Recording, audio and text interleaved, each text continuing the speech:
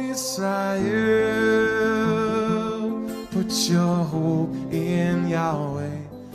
Welcome to Torah and Messiah podcast show number 1. I'm your host, Chris Wilson, and today we'll be looking at Come Out of Her, My People by C.J. Koster.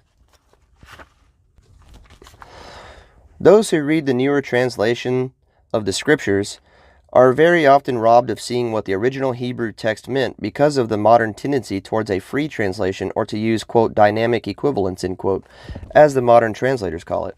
An example of this is the most important prophecy or prophetic promise by the Most High that he, quote, shall turn back the captivity, or captives, end quote, of his people Israel in the end time. This fact is missed by those reading most of the newer translations, which render this as, quote, restore the fortunes of Israel, or Judah, or his people, end quote. This prophetic promise is found in almost all the prophetic books, as well as in Deuteronomy and Psalms.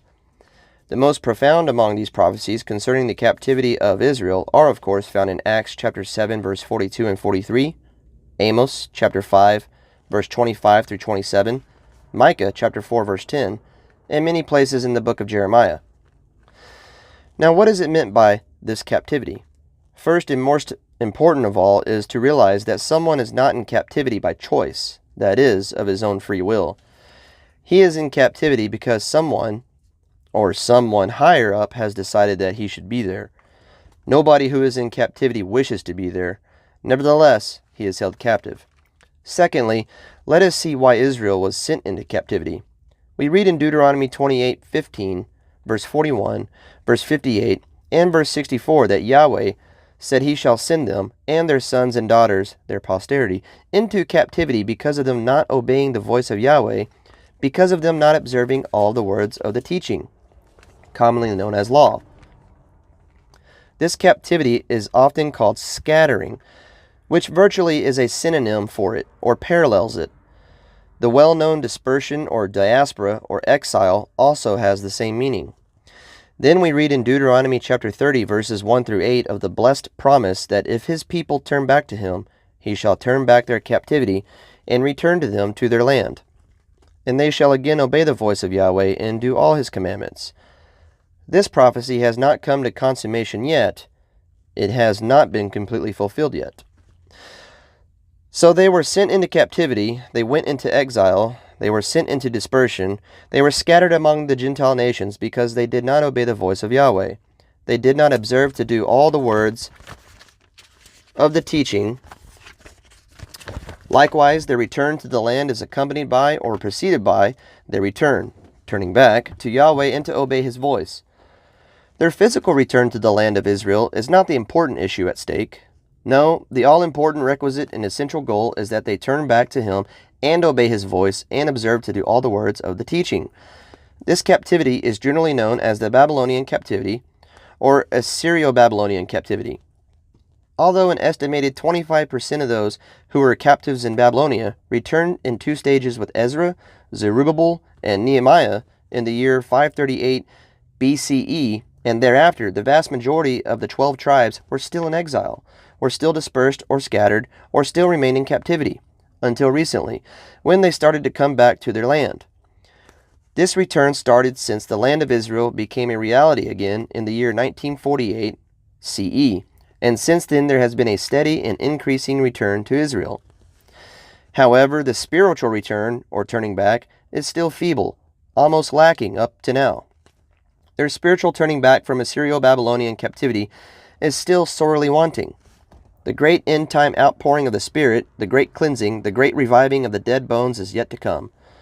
The vast majority of Israelites have still not accepted Yeshua as their Savior, and ever since their partial return from Babylonian captivity, we find that they are in apostasy. They adopted the names of Babylonian months, of which many are named after Babylonian deities, for example, Tammuz.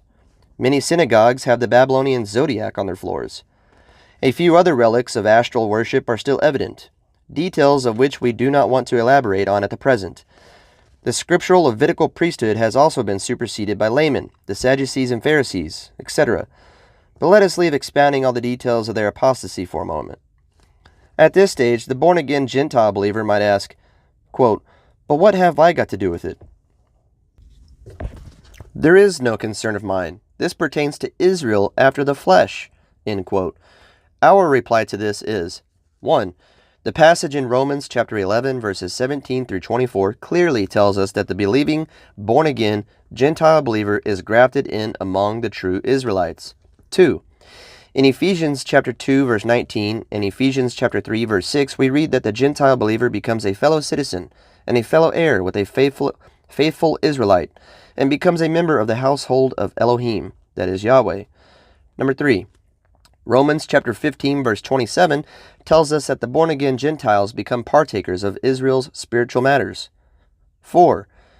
Romans chapter 2, verses 25 through 29 makes it very clear. He whose heart is circumcised, he who keeps the law, is a Jew, a Yehudite. 5. Galatians chapter 3:29 confirms this. If you belong to Messiah, you are Abraham's seed. 6. As we shall prove later on in this book, the early church fathers, as well as the rabbinical writings, and all the reformers agreed that Rome is the second Babylon, spiritual Babylon. As you continue reading this book, we shall prove to you that the astral Babylonian worship deeply infiltrated the Roman Church, and her daughters continued with this. 7. In Isaiah chapter 14, verses 4 through 17, a special prophetic passage pertaining to the times we are living in, we read that the king of Babylon rules the nations, and that he has made the world a wilderness. 8.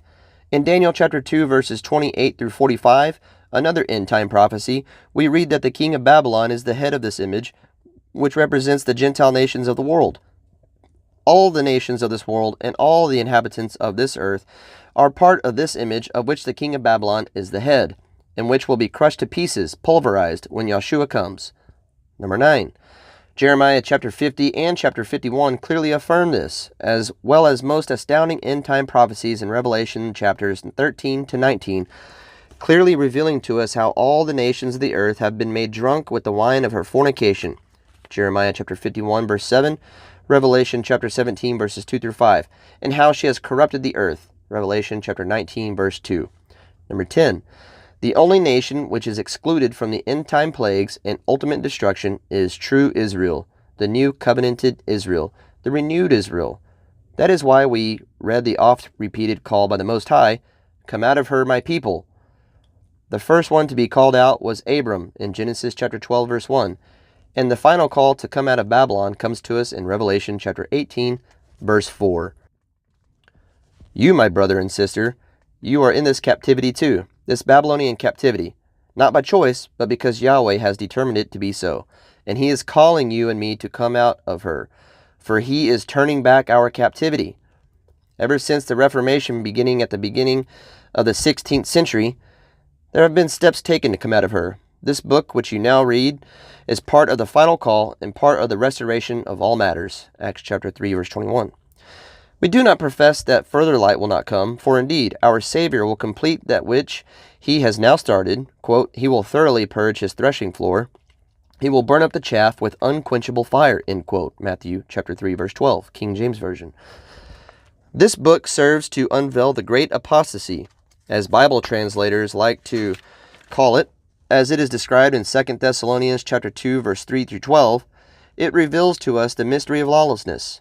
Of 2 Thessalonians chapter 2, verse 7, in the Revised Version, it reveals to us Mystery Babylon, of Revelation 17:5, of which much is said in the final 11 chapters of the book of Revelation. It unmasks the abomination of desolation, which our Messiah said in Matthew chapter 24, verse 15, and Daniel, as well in Daniel chapter 9:27, Daniel chapter 11, verse 31, Daniel chapter 12, and verse 11, will be found to be set up in the set-apart place. In fulfillment of Messiah's promise in Luke chapter 8, verse 17, it unseals the important things that were revealed to Daniel in visions and dreams. Daniel was commanded in Daniel chapter 12, verse 4, quote, but you, Daniel, shut up the words and seal the book until the time of the end, end quote. This command to Daniel was repeated to him in Daniel chapter 12, verse 9. This sealing of the book was only up to the end time, quote, until the time of the end, many shall push forth and knowledge shall increase, end quote. Daniel chapter 12, verse 4 in the Hebrew text. The German, Dutch, and Afrikaans translations have preferred the figurative meaning of the Hebrew shut, or push forth, namely, do research, and it fits in perfectly with the context of this verse.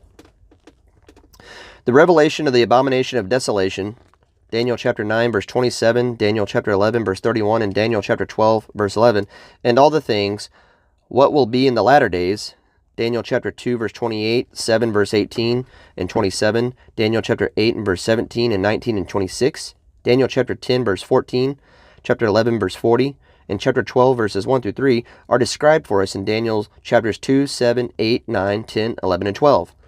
These visions, revelations, were so shocking that Daniel said, I, Daniel, was deeply troubled by my thoughts, and my face turned pale, but I kept the matter to myself.